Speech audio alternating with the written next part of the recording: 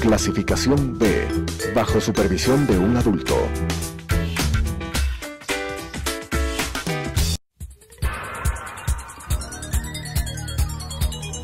Las opiniones vertidas en este espacio por la producción y dirección del programa son de exclusiva responsabilidad de sus autores y de quienes intervienen en ellos.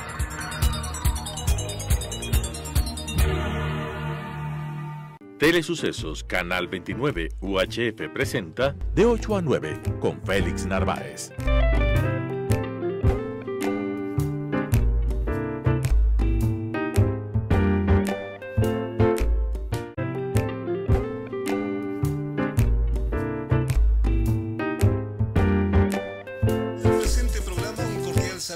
Oyentes en el país, y a partir de hoy, muchísimas gracias, lo hacemos a través de Telesucesos, Canal 29 UHF, en señal digital, Canal 29.1 HD, TV Cable, Canal 73, Claro TV, Canal 43, en Facebook, en tiempo real, como Telesucesos Quito. Muchísimas gracias a nuestro público, a nuestros oyentes. Aquí estamos con esta propuesta semanal.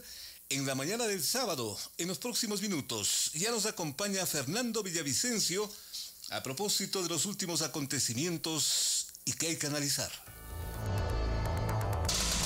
La prensa ya está circulando y sus encabezados marcan los hechos. Son los principales titulares en opinión y noticia en Sucesos. La referencia de los principales titulares de la prensa que ya están en circulación. Primera página del diario El Universo.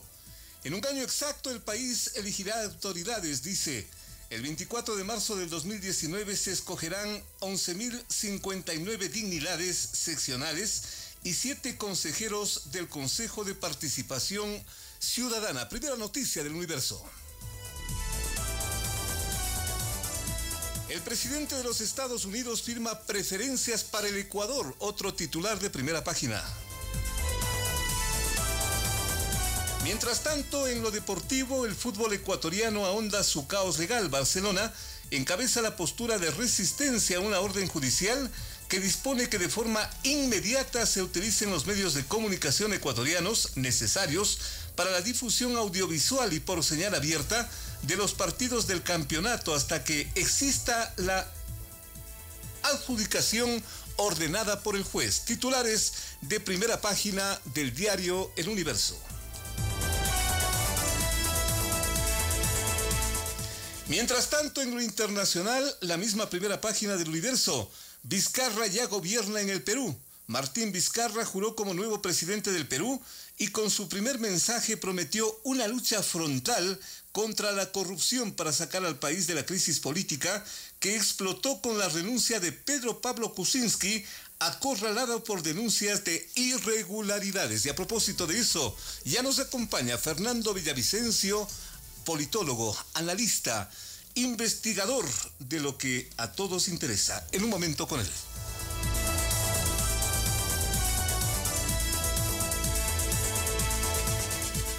Y a propósito de esto, cayó el presidente del Perú, Pedro Pablo Kuczynski, el llamado PPK, mientras en la escena política de ese país, del país vecino, se retuerce la complicidad de la constructora brasileña Odebrecht. Ese escenario, sin embargo, no es exclusivo del Perú. El propio Brasil y Ecuador, esto es de dominio público, son otros graves ejemplos de cómo esa transnacional logró infectar el corazón mismo de los gobiernos y por necesidades legales, como dicen los abogados, ella mismo, al final, tumbarlos.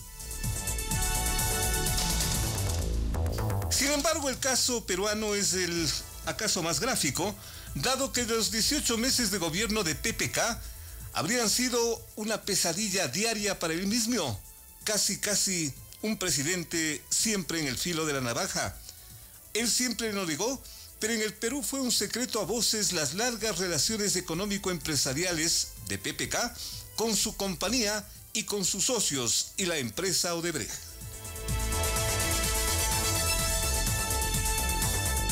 Hoy es público que la enorme transnacional operaba en varios países del mundo, asumiendo los contratos más importantes de obras públicas hasta convertirse en una suerte de monopolio constructor y que para mantenerse como tal no dudó en sobornar jueces y funcionarios de cualquier nivel. Todo hasta cuando la propia justicia brasileña, lo cual no hace mucho, develó la telaraña de corrupción finalmente admitida por los mismísimos ejecutivos de la multimillonaria constructora. La debilidad política con que en el 2006 Kuczynski accedió al poder se unió y completó todo este panorama de crisis política en el Perú.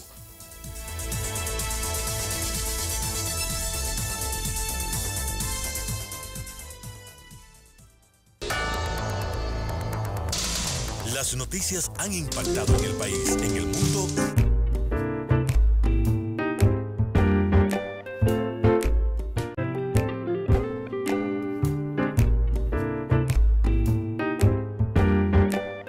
Me he permitido plantear y resumir de alguna forma el antecedente que es de dominio público, no solo nacional, sino internacional, de lo que está aconteciendo en el Perú, la caída de un presidente de la República por escándalos de corrupción, una cadena de relaciones que finalmente hicieron crisis.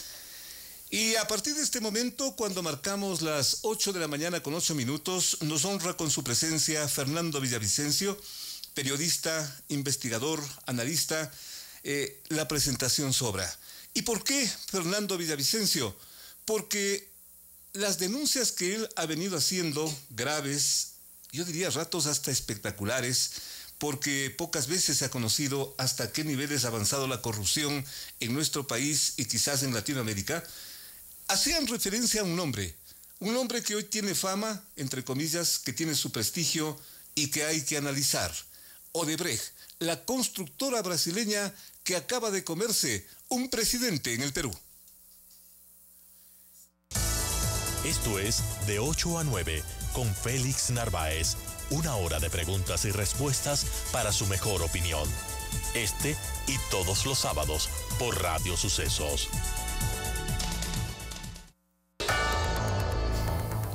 En esa secuela que también es de dominio público, donde Fernando Villavicencio tuvo que hasta salir del país y estuvo en Lima, estuvo en el Perú, haciendo justamente sus denuncias y con el respaldo periodístico de varios niveles que ojalá algún momento se los pueda referir. Pero en el Perú justamente Fernando Villavicencio hizo referencia en sus denuncias a lo que hacía, valga la redundancia, Odebrecht. Fernando Villavicencio nos acompaña desde muy temprano en esta propuesta periodística desde Telesucesos y desde esta emisora los días sábados a partir de esta hora. Fernando, muchísimas gracias, un gusto tenerte por acá. Lo que acaba de ocurrir en el Perú daría la impresión que es un ejemplo para Latinoamérica. La justicia y la fiscalía de ese país se pusieron las pilas y se pusieron los pantalones. Fernando, buenos días. Buen día, Félix. Me tocó vivir un exilio doloroso, pero también afortunado. Afortunado porque pude marcar esas diferencias de mi país con Perú. En el plano de la justicia, en los 6 meses que estuve en Lima en el exilio, pude compartir con colegas periodistas de los principales medios. Es más, me dieron la oportunidad de escribir en la mejor revista de Perú, que es Caretas. Caretas. Y escribí varios reportajes sobre corrupción en Ecuador, entre ellos también de Odebrecht. Lo importante es que se dio una simbiosis impresionante para buscar la verdad. Un acuerdo casi natural entre los periodistas y las autoridades de justicia. En Perú, la Procuraduría, la Fiscalía y la Corte Nacional de Justicia. Qué interesante, un acuerdo. Por ejemplo, yo participé al menos en 2 o 3 eventos, foros, donde estaba el presidente de la Corte de Justicia, el fiscal general del Estado, la procuradora del caso Odebrecht y la prensa nacional, conversando vis a vis y con documentos en la mano, apoyándose mutuamente.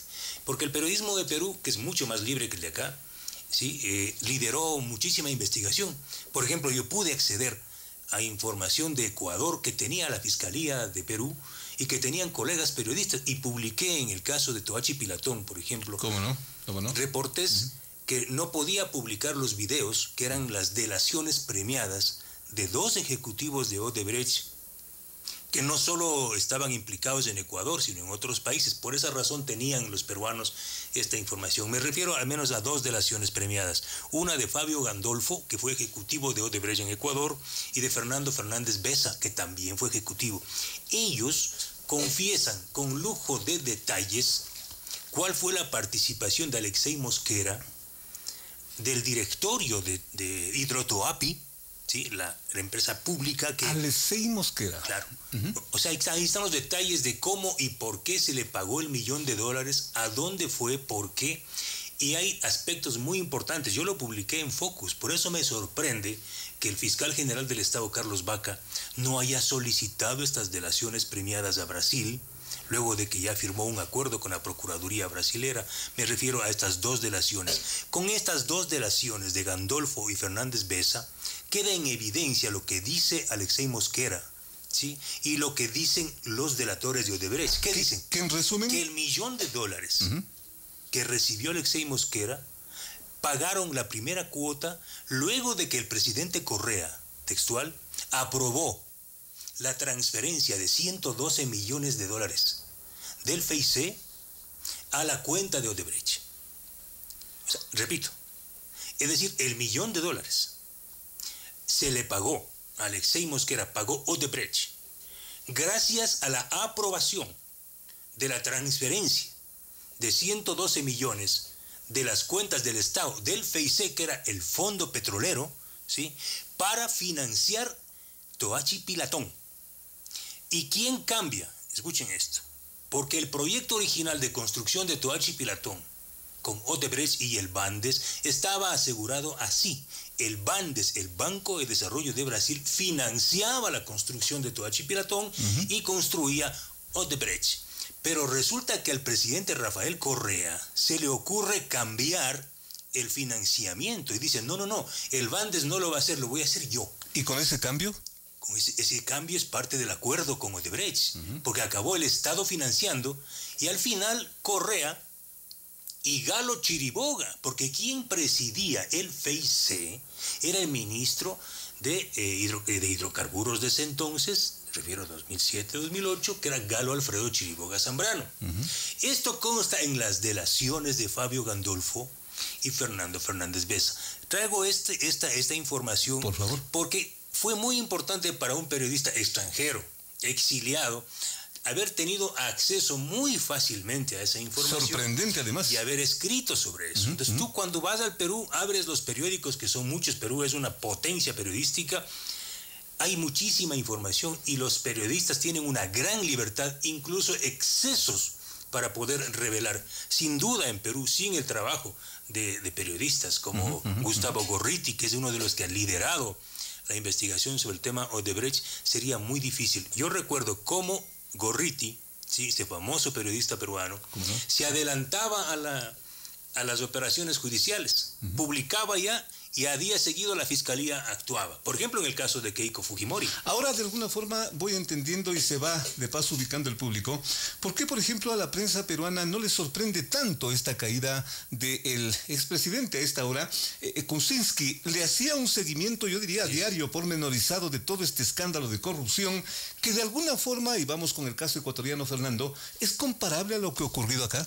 Es muy importante esta simbiosis de trabajo. Prensa, justicia. Por favor. O sea, la libertad es súper importante, porque así la justicia no puede ocultar. Totalmente. Hay menos impunidad, más libertad, menos impunidad. Entonces, mira, en estos foros que yo participé, el presidente de la Corte Nacional de Justicia del Perú se enteraba de algunos temas por la prensa, e igual él no tenía ningún problema en facilitar información, porque era de interés público. Obviamente había temas reservados, pero facilitar información directamente a la prensa y era transmitido en vivo.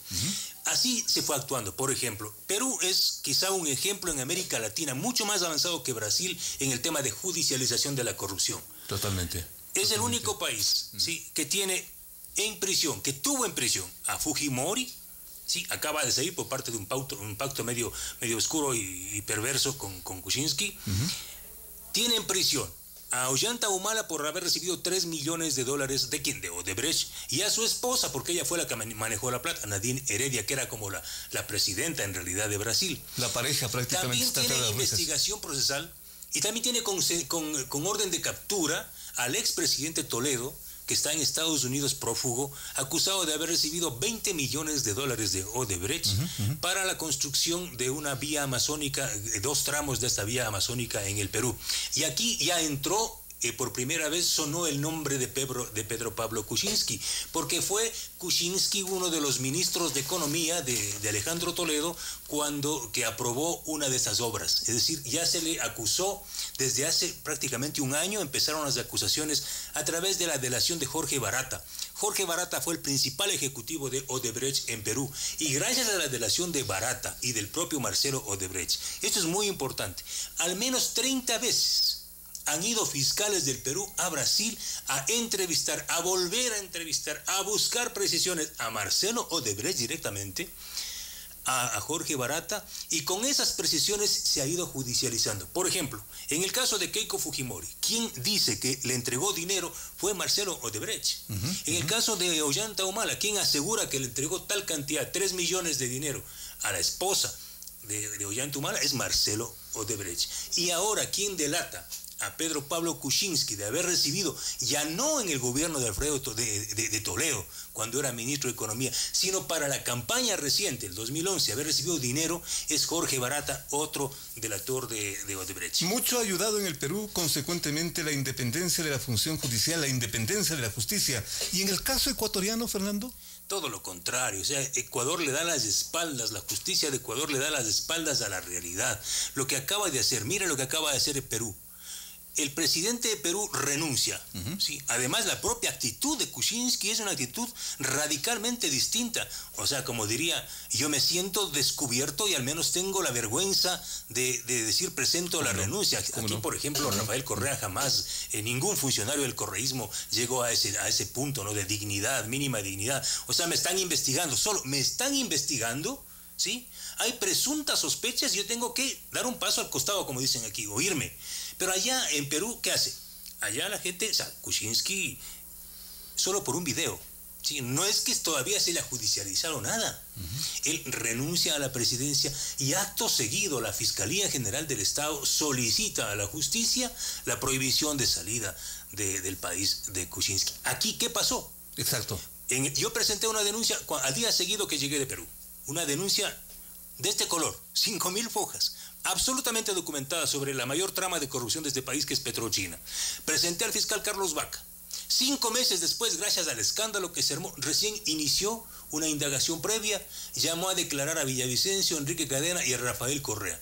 Pero a Rafael Correa lo llamó a declarar a Guayaquil un día antes de que se fugue del país, cuando se pidió, no solo Villavicencio, varios sectores pidieron al fiscal Carlos Vaca que solicite la prohibición de salida del país. Carlos Vaca no lo hizo. Hoy Correa está dándose las vueltas del mundo. O sea, acaba de estar en Argentina, en Brasil, en todo lado, ¿sí?, recibiendo nuevos honoris causa, mientras aquí la corrupción ha despellejado al Ecuador. Es decir, hay una actitud completamente distinta. Por esos antecedentes, por esas características, Fernando, ¿Correa inalcanzable, Correa intocable, Fernando?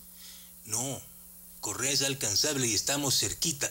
Mira, le quitamos a Vaca del camino. Vaca es el teflón de Correa. Carlos Vaca Mancheno es el teflón de Correa. Y el que me diga lo contrario, que traiga documentos. Yo tengo suficientes. El momento en que el Consejo de Participación Ciudadana, el nuevo, ¿sí?, disponga la cesación de Carlos Vaca, la justicia de este país va a recuperar un poco de autonomía. Pero a mí me sorprende lo que acaba de decir el Consejo de Participación, flamante, que solicita a la Asamblea Nacional, que acaba de irse de vacaciones, que solicita a la Asamblea Nacional que adelante el juicio político a Carlos Vaca. ¿Cómo es esto? En el caso de Carlos Ochoa, ahí no pensaron lo mismo, pues. No había juicio político a Carlos Ochoa aún, y sin embargo se sentaron los señores del Consejo de Participación y enterraron el cadáver que estaba lanzado en la calle de Carlos Ochoa. ¿El Consejo de Participación empieza a patinar, Fernando? Bueno, estoy dando un ejemplo. ¿Por qué el Consejo de la Judicatura cesa en funciones, suspende en funciones a la fiscal subrogante? ¿Por qué con la misma diligencia y firmeza no hizo con el fiscal general, si los dos están en la misma condición jurídica, están siendo investigados? Entonces queda claro que lo que están dando es tiempo al fiscal general para que vaya, sí, marcando con X, este caso no, este caso no, este caso no. Y ya se han dado ejemplos, ¿sí? Ahora se viene el caso del Campo Singue, que debe en los próximos días y horas tener ya peritajes de peritos contratados por la Fiscalía. ¿Qué tan grave es ese caso, en poquísimas palabras, Fernando? El caso Singue, famoso. Más allá de la cantidad que está en disputa, a las cifras económicas, a los ceros a la derecha, es la forma perversa, ¿sí?, grotesca de cómo ensamblaron, cómo vulneraron la ley, la ética y el sentido común para adjudicar un campito a la hija, a la empresa dirigida por la hija del exministro Wilson Pastor. La señora puede salir con papelitos y con una foto vieja, que es lo único que tienen. Ahí saca con una foto de cómo era el campo antes. Eso no es ninguna explicación. Esa está bien una explicación para giles. Del exministro Wilson Pastor. Por supuesto. ¿Quién decide la adjudicación del bloque Singue? Campo marginal convertido en bloque es Wilson Pastor, con el comité de licitación conformado por Jorge Glass, Wilson Pastor, Carlos Pareja Yanuseli, entre otros. Ellos adjudican el campo a un consorcio conformado por Dig Oil y la firma Gente Oil de Qatar, que hoy está gerenciada por la señora Pastor. Gente Oil es una empresa de papel, ¿sí? Que me diga la señora Pastor, ¿en qué país del mundo tiene otro proyecto petrolífero la compañía Gente Oil? En ninguna parte. Yo les invito a los compatriotas, entren a la página web, pongan Gente Oil y van a ver cuál es el proyecto hidrocarburífero en el mundo. No tienen nada. Es una empresa de papel creada por los ex funcionarios de Ivanhoe, del proyecto fallido de Pungarayaco aquí en el Ecuador. Construyeron una empresa en Estados Unidos, luego construyeron otra empresa en Singapur, domiciliaron en Qatar, luego crearon semanas antes aquí Gente Oil, Ecuador, y se llevaron el campo. Qué increíble. Consecuentemente, Fernando, y para darle una conclusión a todo esto, habría que ir esperando que la acción de la función legislativa, consecuentemente, le ponga al margen al fiscal para allí sí poder operar. ¿Qué habría que esperar en este caso, Fernando? Yo creo que lo que están es provocando al país. Creo que el país está llegando a un punto de hartazgo. Provocando al país. Pero el país está llegando a un punto de hartazgo. Yo converso con la gente en la calle, ventajosamente yo tengo millones de amigos en la calle que me dicen: Fernando, esto es el colmo. Sí. Lo que está reproduciendo la Asamblea Nacional, le han puesto retro, estamos volviendo a los momentos más oscuros. Tú cubrías la Asamblea, sí. Aquí lo único que hace falta es pamearte y que pongan ceniceros en los escritorios de la Asamblea. Es lo único que hace falta. Porque la forma como están procediendo, haciendo pactos de trastienda para proteger al uno, acusar al otro, lo que están haciendo es juegos. Los políticos representan intereses económicos, casi todos los políticos. Atrás de estos votos a favor de la señora presidenta, a favor de reestructurar el CAR, lo que están ahí, negocios e impunidades. Ahí se están negociando impunidades, procesos judiciales. Y yo sí tengo los nombres y apellidos. O sea, pueden engañar al resto del país, pero algunos en este país no nos van a poder engañar fácilmente. No nos toca más que esperar como país, se dirá en el Ecuador, Fernando. No, la gente tiene que movilizarse, la gente tiene que saber que los asambleístas son empleados nuestros. Y si no funcionan, habrá que decirles: hey, les estamos pagando para esto, que el fiscal general es empleado de nosotros, que el procurador del Estado es empleado nuestro. Mientras la gente no entienda eso, y que los recursos naturales, el petróleo, la electricidad, las telecomunicaciones, los impuestos son nuestros, y que no vamos a seguir permitiendo que se vengan y se lleven la plata. Lo que hicieron en 10 años, Félix, lo que han hecho en 10 años en nombre de la revolución, del Che Guevara, del socialismo, es uno de los mayores despojos de la historia. Y estos están felices. O sea, el señor Jorge Glass con una sentencia ridícula por asociación ilícita. ¿Asociación para qué? Se asociaron para delinquir, pues. Primero delinquieron. Sentencia por delincuencia, por peculado. No, 6 años. Alex Bravo, sentenciado y sobreseído en otro juicio por peculado. Mira lo que acaban de hacer en el caso Refinería Esmeraldas, es histórico, pero ningún político se da cuenta. No, sí se dan cuenta, sí, nos quieren hacer dar cuenta de que no se dieron cuenta. En el caso Refinería Esmeraldas, emite primero, en octubre del año 2017, un fiscal al mando de Carlos Vaca, dictamen abstentivo a favor de la compañía fiscalizadora de Refinería Esmeraldas, Worley Parsons Azul. ¿Sí?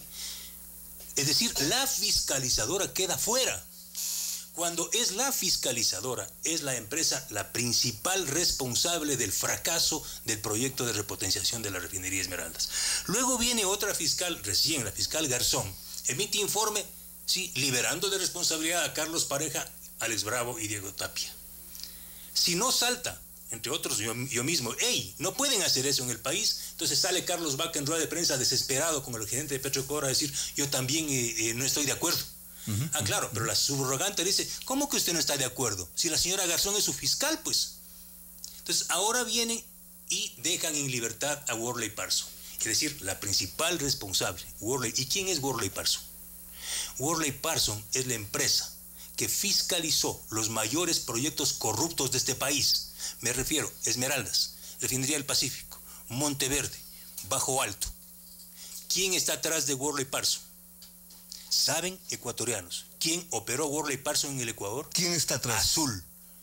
Azul, el grupo Azul, dirigido por William Phillips, condecorado por Rafael Correa, con la orden de Gran Caballero, ¿sí? Y su esposa, Mónica Hernández, asesora del presidente Correa en el plan Familia. ¿Y quién fue la funcionaria? La funcionaria de Azul, como directora de proyectos hasta el año 2014, que negoció los contratos de Refinería Esmeraldas, de Refinería del Pacífico. Ivonne Favara, esposa de Marcos Guayasamín, que luego fue premiada con el cargo de Secretaria Nacional de Hidrocarburos. Ella está también imputada en el delito de peculado por la entrega del campo Singue a Gente Oil. ¿Y quién es el abogado de Ivonne Favara? Felipe Rodríguez, el mismo abogado del fiscal Carlos Vaca Mancheno. ¿Y algún momento llegaremos al gran actor quizás de todo esto para que por lo menos quede claro? Rafael Correa. Es que él es el que está atrás de todo. Él es el que decidió y aprobó la 11ª ronda petrolera.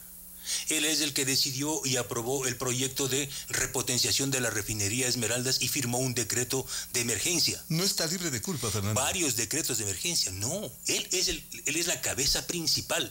Por eso es que la justicia que queda, el correato que queda aún tomado, la justicia de Ecuador, le está protegiendo a él y a otros grandes peces que rompen las redes en Ecuador. Tú lo estás diciendo, lo has venido diciendo, Fernando, pero ¿quién le va a poner el cascabel a este enorme gato? Yo creo que la sociedad civil. Al paso que vamos, yo creo que la sociedad civil se va a movilizar y tiene que movilizarse, ¿sí? Si la sociedad civil, si la gente no sale y pisa la calle, si no calienta los pies y calienta las neuronas, las autoridades de justicia se harán de la vista gorda y se irán con los peces gordos. Siempre ha sido así, toda la historia de la humanidad. Hagámoslo de Perú, la gente tiene que movilizarse. Félix, Ecuador está al borde, estamos en el abismo. En el abismo. En el abismo, económicamente. Mira, si tú le cortas este rato a Ecuador, le cortas el cordón umbilical, el oxígeno que tiene este rato Ecuador, la economía ecuatoriana, que son los créditos, la deuda. Porque estamos viviendo con la tarjeta de crédito. Y quiero simplemente con un documento del Fondo Latinoamericano Final de las Reservas. Tiene la bondad. El gobierno de Lenín Moreno solicitó un crédito de 637.8 millones de dólares en noviembre del año anterior al FLAR. ¿Cuánto? 637 millones. Para refrescar la caja fiscal. Es decir, oxígeno, por favor, que me muero. El FLAR aprueba en primera instancia. Aquí tengo la carta firmada por José Darío Uribe, presidente ejecutivo del FLAR. Hoy estará publicada en Focus, pero adelanto aquí como primicia. Gracias, Fernando. Esta carta dirigida a Carlos de la Torre, ministro de Economía y Finanzas de ese entonces, y Verónica Ártola, del Banco Central del Ecuador, le dice, sí, hemos aceptado el crédito, pero resulta que a día seguido nos damos cuenta de que en la proforma presupuestaria del 2008, ustedes cambian las cifras.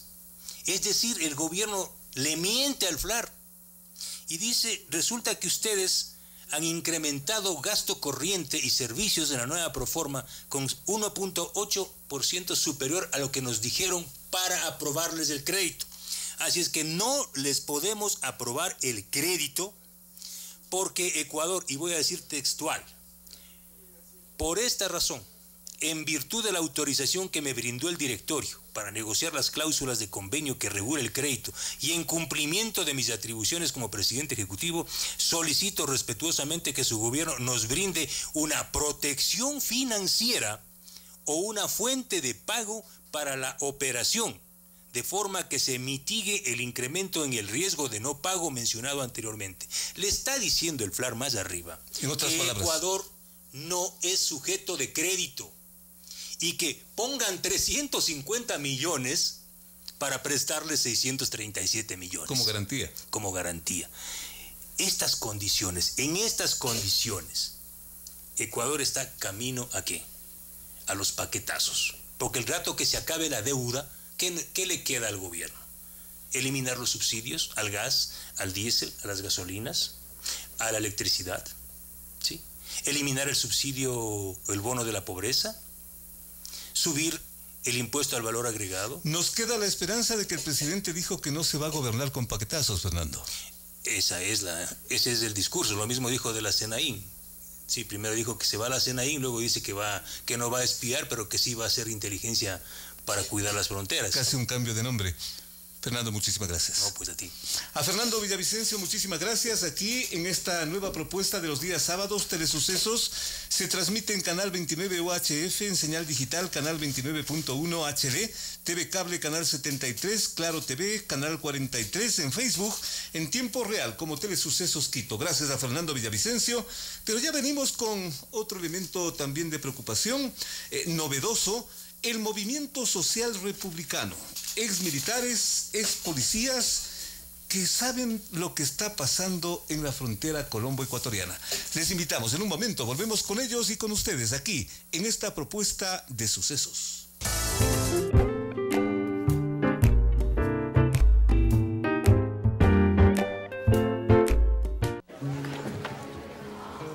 Oh, ahí está mi hermana. Nicole, ¿no iba a venir tu papá? Él viene, lo prometió. Confío en él. La campaña tuvo resultados excelentes. No sabes. Lo siento. Tengo que irme.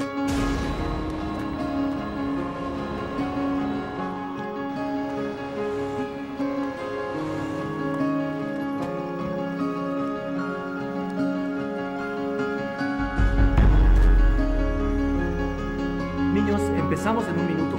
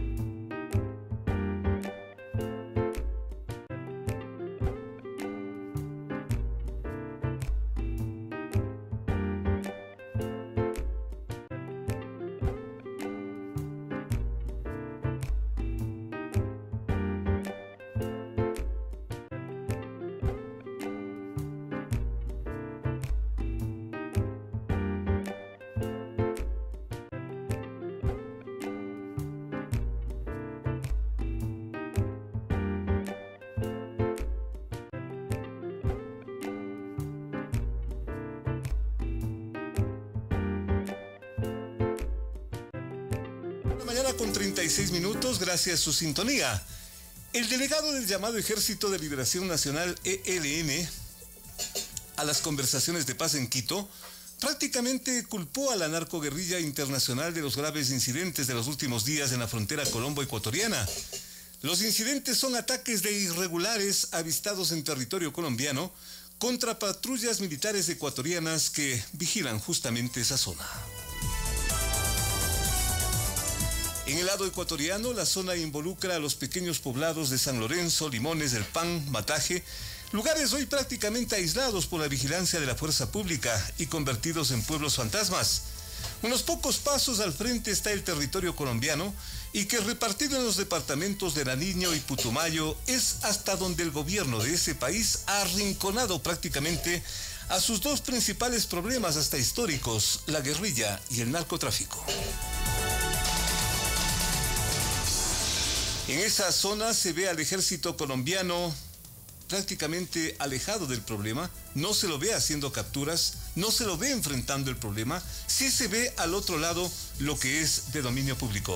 Y por eso, a partir de este momento, tenemos aquí en Sucesos la presencia de un colectivo que está haciendo representación pública. Finalmente han decidido hablar, y qué bueno que lo hagan en función de los intereses de este país. Estoy refiriéndome al movimiento social republicano, conformado por exmilitares, expolicías, oficiales, también miembros de tropa. Es un colectivo bastante amplio.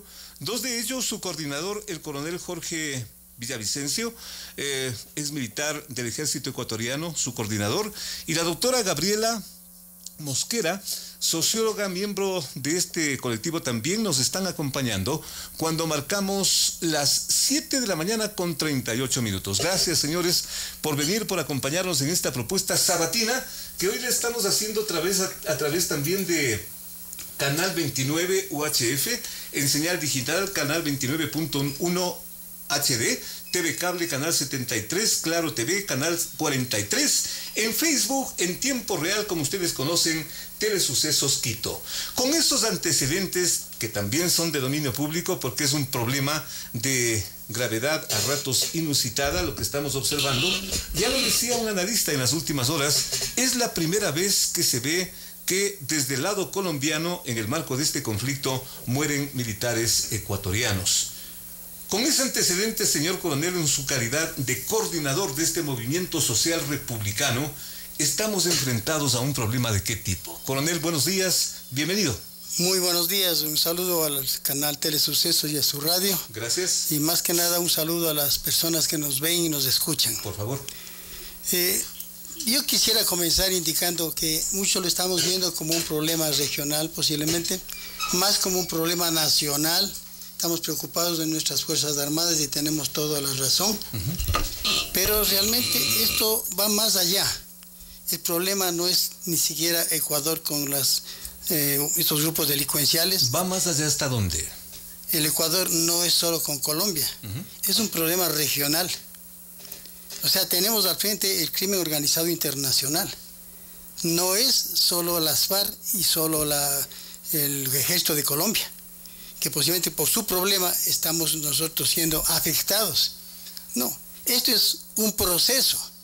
Este proceso de que la guerrilla, las FARC, vayan pasando las fuerzas disidentes al Ecuador, ya es un proceso.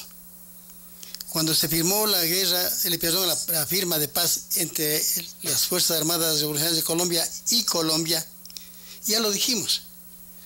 Cuando el gobierno dijo, el ejército nuestro tiene que disminuirse, porque ya no vamos a tener problema en la frontera norte con la firma de la paz. Ya no vamos a tener problema con la frontera del sur, con Perú, porque también se firmó la paz. Pero no es así. El problema de la frontera norte, que lo dijimos hace varios años y hace 3 años, personalmente lo dije en la presidencia y luego por escrito también. Por favor. Sí. Por escrito también lo presenté a la presidencia. Nos recibió este señor Mario Latorre, en donde ya lo ponía yo, que el problema de querer disminuir Fuerzas Armadas no es la solución, que más bien hay un problema mayor. Cuando se firme la paz entre Colombia y las FARC, todos esos grupos disidentes que quedarán, porque no todos van a entregar y no todos entregaron las armas, ellos van a pasar a nuestro lado. Interesante antecedente que nos está planteando el señor coronel Jorge Villavicencio, lo cual me lleva y me motiva a una respuesta, más que respuesta, a una pregunta a la doctora Gabriela Mosquera, socióloga, miembro también de este colectivo, porque planteado así, consecuentemente, ¿estamos frente a un problema de orden delictivo o de orden político? Doctora, buenos días. Gracias, Félix, muy buenos días. Qué bueno. Vuelvo a repetir, quedan muy pocos medios de comunicación que pretenden retomar la democracia, la diversidad de criterios. Tengo varias preocupaciones. El país en este momento ha bajado sus brazos porque tenemos en el sillón presidencial a alguien que pretende pacificar el país, tratando de que olvide las graves consecuencias que nos han dejado 10 años. ¿Dice en otras palabras? En otras palabras, nosotros tenemos varias preguntas al presidente de la República. ¿La principal? La principal.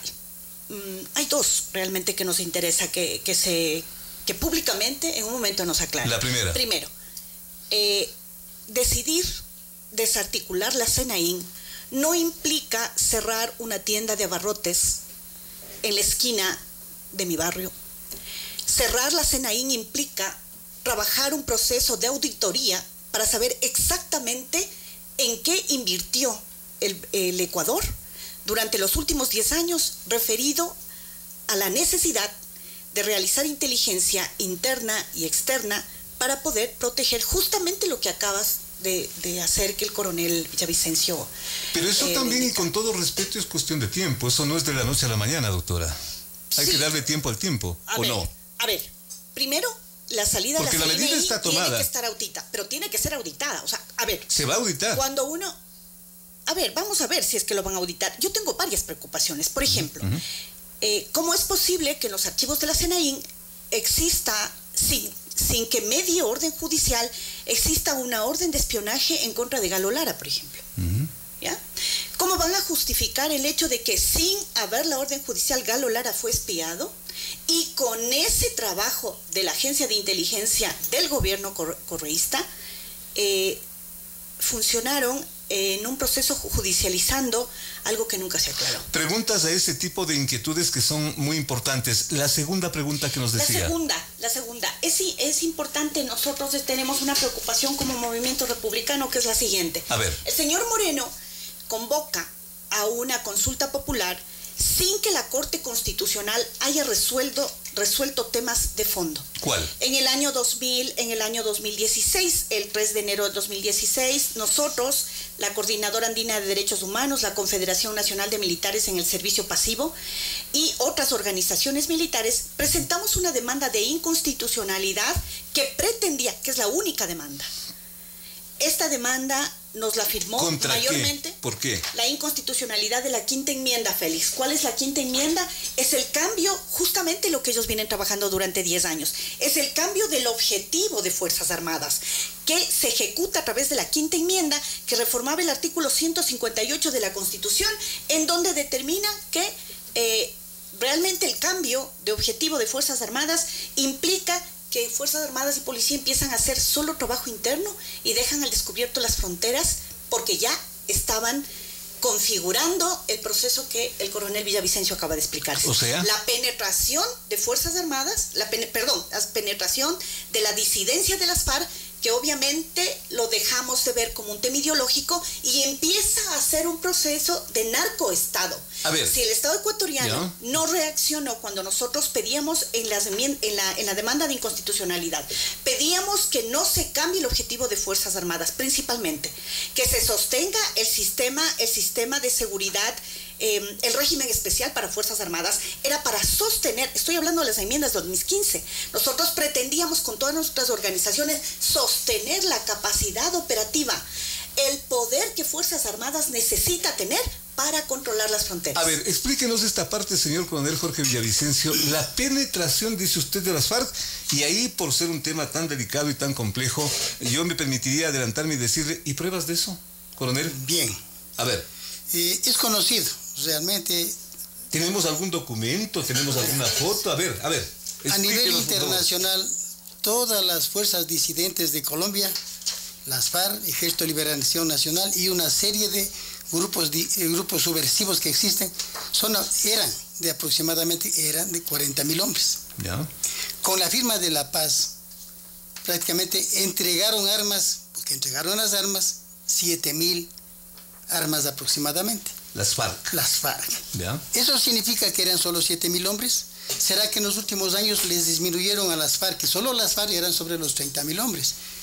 Les disminuyeron a 7.000. El ejército colombiano hizo una excelente operación y se mandó unos 21.000 y pico de guerrilleros menos. No es así. Esa cantidad... ¿Qué pasó con ese restante? ¿Qué pasó? Esa cantidad de gente... ¿La respuesta? Sí, señor. ¿Cuál es esa? Bueno, primero, a ver, viene otro problema del país. la parte, tengo que toparle la parte de los registros civiles. El registro civil del Ecuador ha funcionado en forma dolosa, digámoslo así, directamente. ¿Y qué tiene que ver el registro civil en esa parte? Tenemos tiempo, con todo respeto. Justo. La gente que está en este momento, los que pasaron de Colombia y que están en nuestro territorio, en el sector de Sucumbíos, tienen doble cédula, ecuatorianos y colombianos. Las personas que están en Sucumbíos, que se vinieron de Colombia, disidentes de las FARC que están en nuestro territorio. Tienen doble cédula. Doble cédula. ¿Usted tiene pruebas de eso? Sí, tenemos. ¿Nos puede mostrar? Ahorita no. Esto cayó este momento. Por favor. Pero podemos hablar otro momento del registro civil. Doble cédula. Claro. A ver. Verá la cantidad de cédulas emitidas. Es enorme. ¿De cuántas personas hablamos? Ahorita no le puedo... ¿Un aproximado? Si quieren unos 3.000, 4.000 personas, 5.000 personas, que suponemos que están...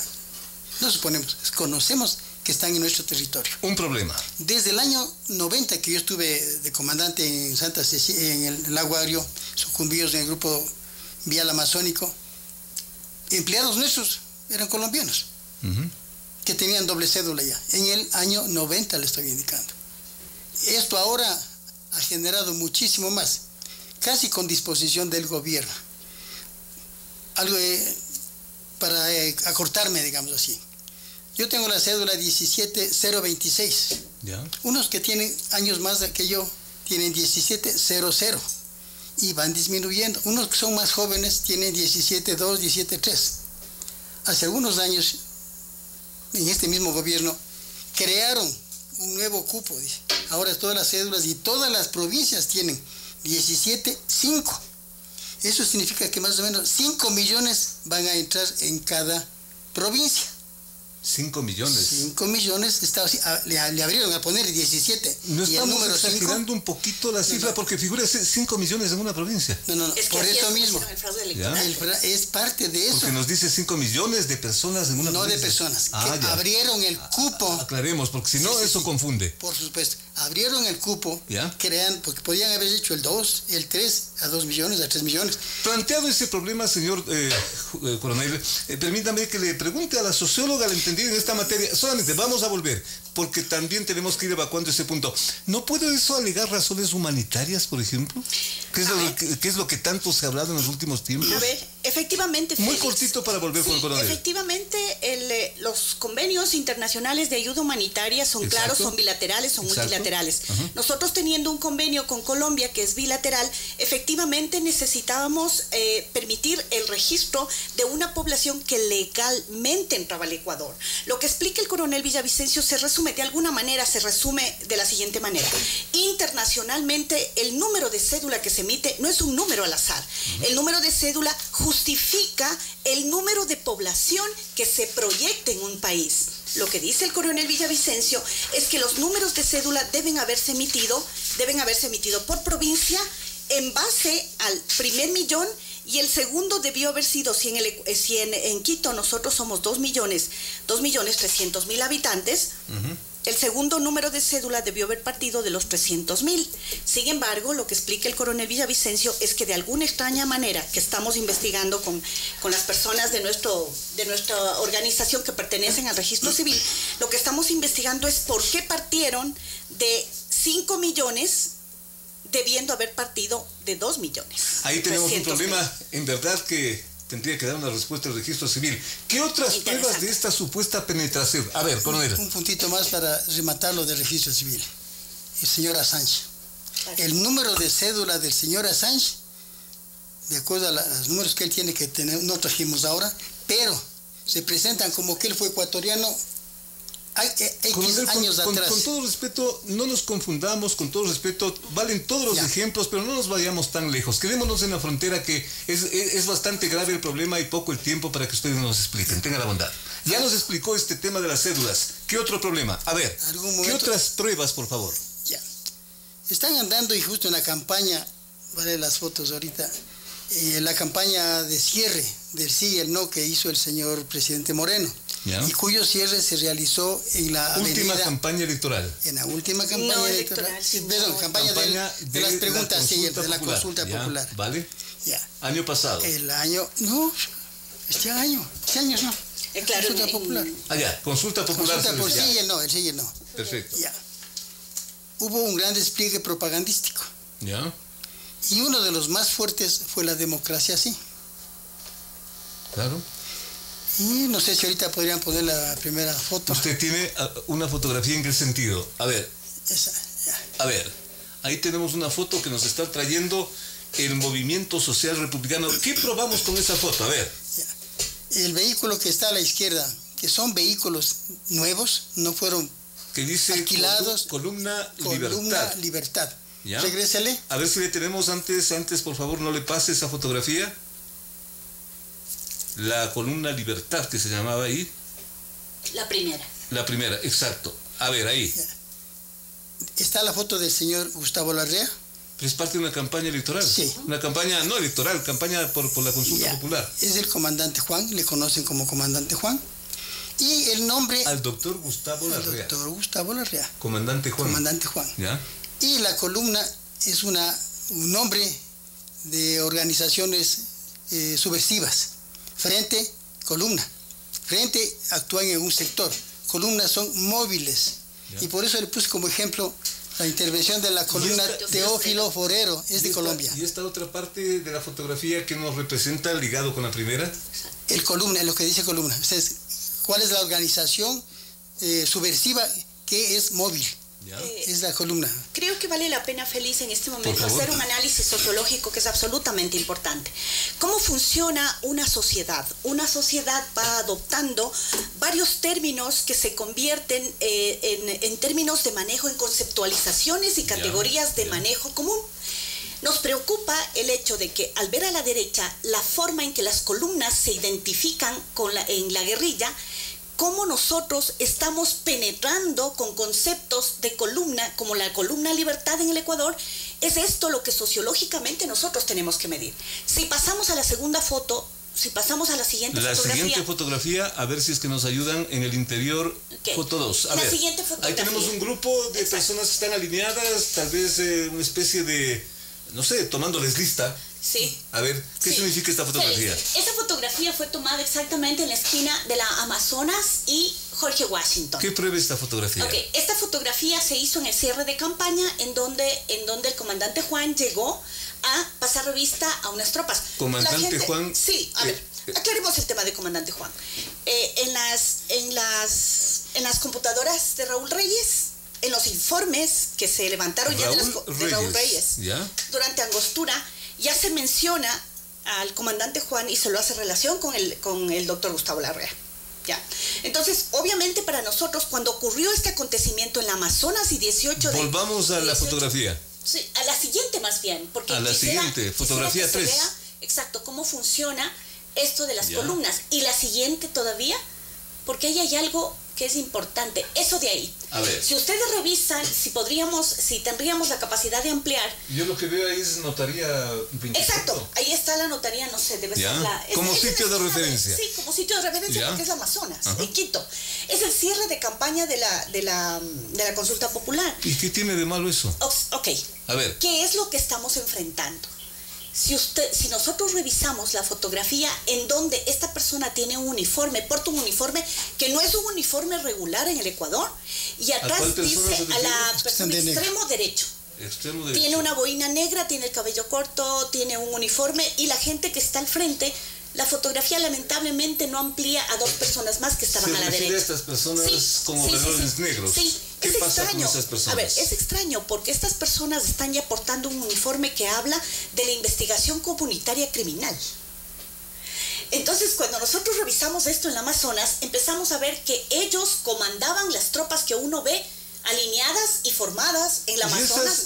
¿Y esas personas que están alineadas? Exacto. ¿Qué pasa con esas personas? A ver, estas personas que están alineadas, desconocemos quiénes son. Ojalá no sean los pupilos de Coyahuaso. Permítame que mal piense, no es que le trato de ubicar la quinta pata al gato, pero son personas que jóvenes que pudieron haber sido contratados para repartir propaganda y se acabó el problema. Es interesante. Yo vuelvo al análisis sociológico, Félix. Nosotros es cultural. ¿Ya? Es políticamente consuetudinario en el país que la gente que contratamos para hacer propaganda, izar banderas, exacto, entregar propagandas, casi nunca hacemos que se formen militarmente en las calles de Quito. ¿Ya? Están, sí, en las esquinas, entregando propaganda, blandiendo banderas, pero... Se me ocurrió. Está bien, Félix. Pero formadas en una calle de Quito al mando de un uniforme que no identificamos de qué se trata, no es regular. Algo nos quiere decir regular. el coronel Villavicencio. Sí. A ver. Quizás lo que más nos llamó la atención, pero ya lamentablemente no pudimos, porque ya la gente ya nos vio. O sea, ¿Qué es lo que más les llamó la atención? Que cuando llegó el señor doctor Gustavo Larrea, estos grupos que estaban haciendo calle de honor gritaron: Columna Libertad, presente. ¿Ya? Comandante Juan, presente. Tal vez tenemos alguna fotografía del comandante. Eso Juan. sería en oído. ¿Ya? ¿No tenemos alguna grabación de eso? Me parece que tenemos una siguiente fotografía. Y a medio nos rechazaron, o sea, porque... A ver si es que... A ver, aquí tenemos otra fotografía, también de ustedes. Esto es del periódico. ¿Qué significa esta fotografía? Bien. Aquí están diciendo que más venezolanos llegan a Carchi. Y eso es de todos los días. Pero claro. Sí, por supuesto. Entonces, hasta ahí... Eso no es subversión. Hasta ahí puede ser migración, puede ser humanitario. ¿Y por qué les llama la atención a usted esta fotografía? La siguiente foto, por favor. La siguiente fotografía, que es la número 6, me parece. A ver. Nosotros tenemos un ojo especial, digamos, para ciertas cosas. A ver, ahí tenemos una Todos fotografía. Todos los jóvenes... Gente que está tomándose un café, tal vez. Ya. No sé. Edades. Puente Rumichaca. Sí, es el puente de Rumichaca. Edades. 25, 30 años. 25, 30 años. Ya, es nada más. ¿Qué es lo extraño de esa foto? Todos tienen un corte militar. Todos sin excepción. Todos no vienen. Están vestidos a la moda, vea. Sí. Hay muchos que vienen con familia. También con ese corte. Ya. ¿No? Sí, señor. A ver. Disculpe, tengo que ponerme en ese plano. Vamos. O sea, no me puedo poner a hilar fino y a decir ahí están subversivos. No. Me voy a ir un poquito atrás. Porque esto no es de ahora. A ver. El señor coronel Patricio Haro dio una denuncia hace algunos años. Patricio Haro. ¿Ya? Cuando funcionaba el aeropuerto Mariscal Sucre. ¿Ya? En unas fechas cercanas de Navidad, que ahorita no quiero equivocarme en el año, llegaron 4 aviones venezolanos al aeropuerto, a la terminal militar de la Fuerza Aérea. ¿Hace cuántos años más o menos? Debe ser más o menos cuando hubo la masiva llegada de cubanos al sector de la Florida. ¿Ya? Todos ellos llegaron en aviones cerca de Navidad. 4 o 5 años. 6 años. 6 años. Bueno, 6 años. Ahí no fue tan intenso como la llegada de ahora, pero llegaron por grupos. Luego esa gente que inicialmente se asentó en todo el sector de la Florida, ahora ya está en otros sectores. Y no es que viven aquí, una casa, un arriendo acá, no. Hay un sector que está en el sur de Quito. Han ido creciendo, dice usted. Aparte de creciéndose, son anillos. Estructurándose. Sur de Quito, entonces, sur de Quito, norte de Quito, la Armenia, o sea, para el sector. Conclusión de eso, coronel. Tenemos un anillo de posible apoyo al gobierno en ese tiempo de Correa y ahora al del gobierno de Moreno. Porque no hemos cambiado de ideología aparentemente de ellos. Correa y Moreno están continuando el mismo proceso. Conclusión, doctora, socióloga, conclusión de todo esto, por favor. Porque es bastante información y vemos simplifiquemos esta situación. Es un montón de información. Como hemos dicho antes, nosotros venimos trabajando 10 años en la recopilación de información. Ustedes también vienen investigando, ¿no? 10 años. 10 años. Yo escuché hace un momento algo que me llamó mucho la atención. Si nosotros venimos investigando, se acaban de decir que todo el tema Odebrecht y que todo el tema ha venido de afuera, y es verdad, viene de afuera, pero viene porque los Estados Unidos están obligando a que se develen en realidad cuáles son las vinculaciones del crimen organizado internacional en la región. ¿A qué me refiero? No es el primer caso de Brecht. Yo quiero llamarle al público a que recuerde cómo se dio el tema FIFA. El tema FIFA también estaba referido al crimen organizado internacional. Y la persona que representaba a la FIFA en el Ecuador era una persona respaldada y muy amigo de Rafael Correa. Porque el tema FIFA se dejó como parte por el tema de el señor Chiriboga. El señor Chiriboga, exacto. Como no, el fútbol no es muy fuerte en realidad, pero el señor Chiriboga, a pesar de la presión que había para que se devele la vinculación en el tema FIFA de todo el grupo ecuatoriano que trabajaba en FIFA, Correa lo sostuvo durante un largo tiempo, mientras había presión internacional para que se devele qué vinculación tenía. Digamos, comparable quizás, ¿no es cierto? Sí, pero me preocupa que nos quedemos un poquito en el aire, coronel. Demos una conclusión a todo esto. La conclusión. Ya. Hace un momento... Muy cortita porque se nos terminó el tiempo. Creo que en la entrevista anterior hablaron del asunto de que Colombia no está haciendo nada mientras nosotros estamos poniendo a la fuerza y los muertos. Justo en estos días anteriores, creo que 2 días que usted me preguntó del helicóptero ese de la policía, que fue disparado a mediodía. Ese helicóptero que es de servicio... Eso está comprobado, ¿no? Sí, de servicio urbano. Y me llama la atención, no se ha informado sobre eso. Hasta las fotos de los daños tenemos. ¿Cómo no? Les decía, es de servicio urbano, es de servicio control antidelincuencial. ¿Qué pasa con el caso? Sin embargo, es el único poder aéreo que hemos tenido como ecuatorianos en el sector de estos días. Helicóptero policial. Helicóptero policial. Y que fue avaliado por los disidentes de allá. ¿Qué nos quiere decir? ¿Que no tenemos poder? No tenemos poder ni logístico. ¿Problema? Tenemos helicópteros con movimiento limitado en las Fuerzas Armadas porque no hay ni siquiera para combustibles. ¿Están mejor organizados los regulares desde Colombia para enfrentarnos, para atacarnos? Le termino. Ellos son de tierra realmente. ¿Ya? Entonces, nosotros pusimos apoyo aéreo del Ecuador con ese helicóptero de la policía que fue disparado y recibió 2 tiros. ¿Ya? El uno le inutilizó los pedales que se utilizan ya para el aterrizaje. Estamos hablando dentro del contexto de estos incidentes. Sí. ¿Ya? Justo estos días del día que fue el día anterior a la entrevista anterior. Y otro disparo llegó al panel de instrumentos. Ese helicóptero está parado y va a estar 3 meses en reparación. Casi inutilizado. Ahí entraron los helicópteros del ejército a retirar los heridos. Ahí se entró el Super Puma. Bueno, pero ya entraron los helicópteros del ejército. Ya, pero debíamos haber estado ya con presencia.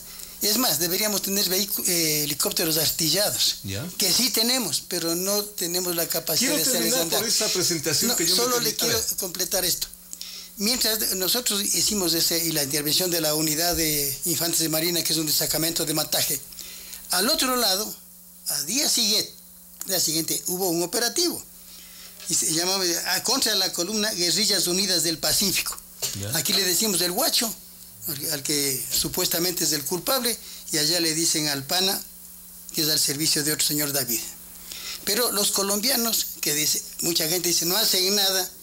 Ellos metieron aviones Super Tucano, ellos metieron helicópteros Blahau de combate y otros 2 tipos que no los conozco las marcas, pero con estos 2 helicópteros hicieron un bombardeo al día siguiente, en 2 días siguientes después de lo nuestro. El ejército colombiano al sector de ellos, en Colombia mismo. O sea, fue una actitud, digamos, pese a lo bélico, positiva. Positiva. ¿Ya?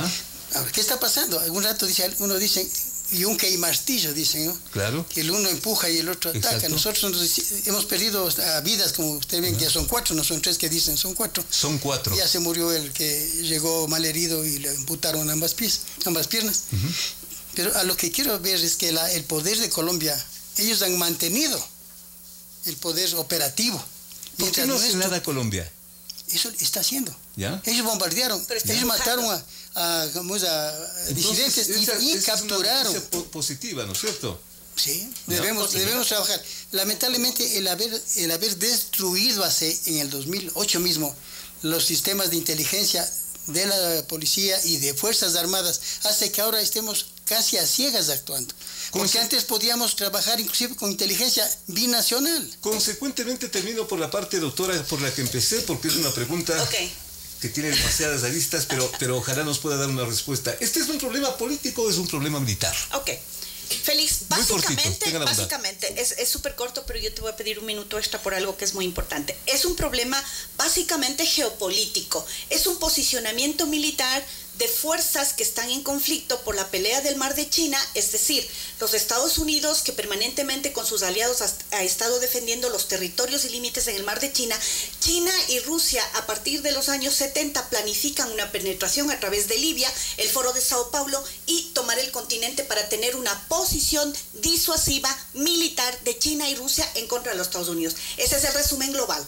De eso que se desprende, que obviamente para operar en la región debieron recurrir a un financiamiento de crimen organizado. Y con respecto a eso es algo que está a sueldo, que me ha pedido mi organización que lo haga. Yo quiero preguntarle al señor Lenín Moreno, y quisiera en algún momento recibir una respuesta, sería importante que me inviten para que me indiquen la respuesta, de lo siguiente. En el año 2008, el 2 de septiembre, el señor Lenín Moreno, en calidad de vicepresidente, ya de vicepresidente de Rafael Correa, financiado por dinero de las FARC, viajó a hacer un periplo por Shanghái.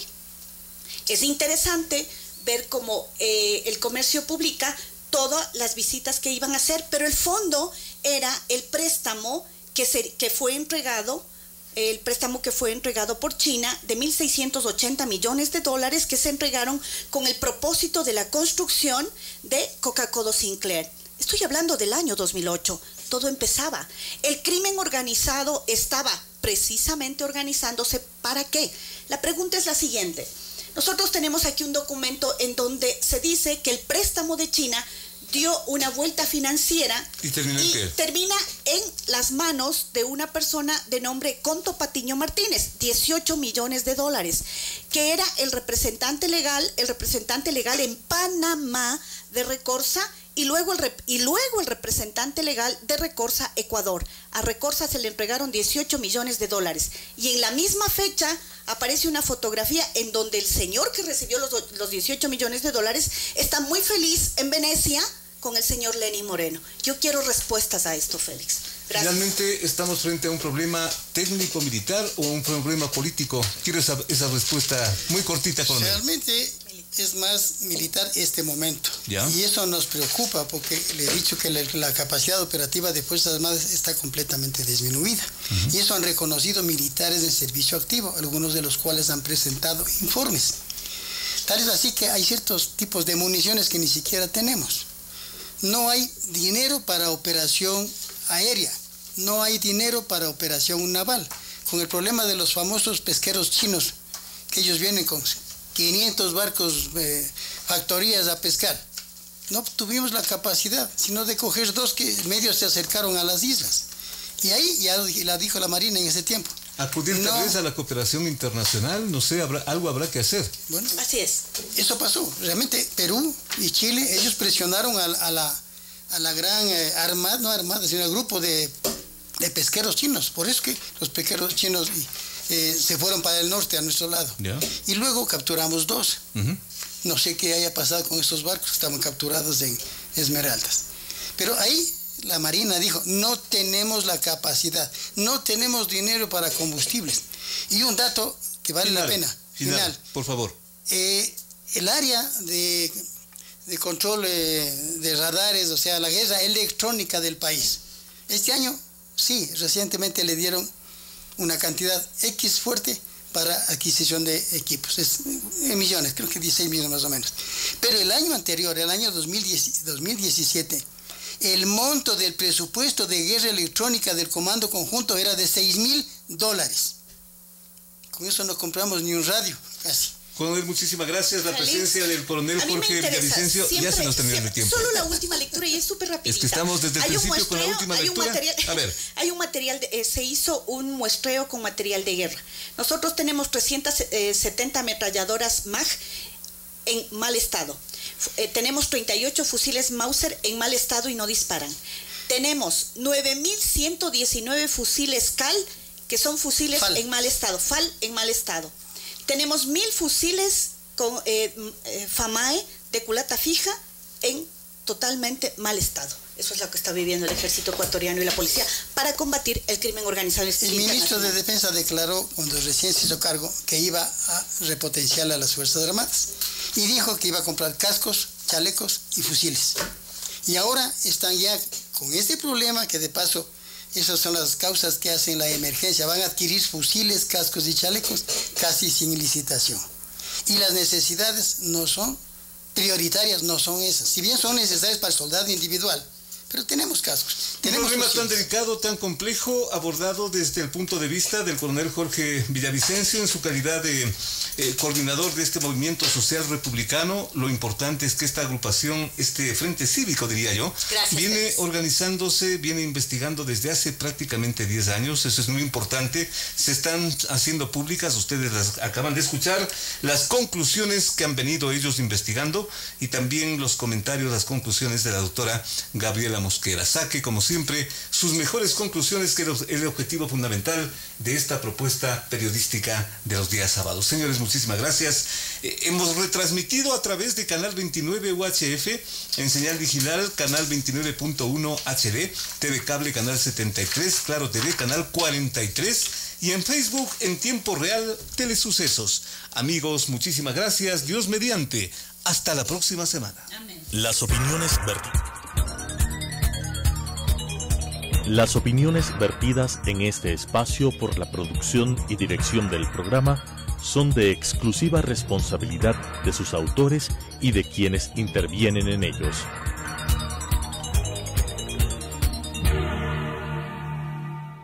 Telesucesos Canal 29 UHF presentó De 8 a 9 con Félix Narváez.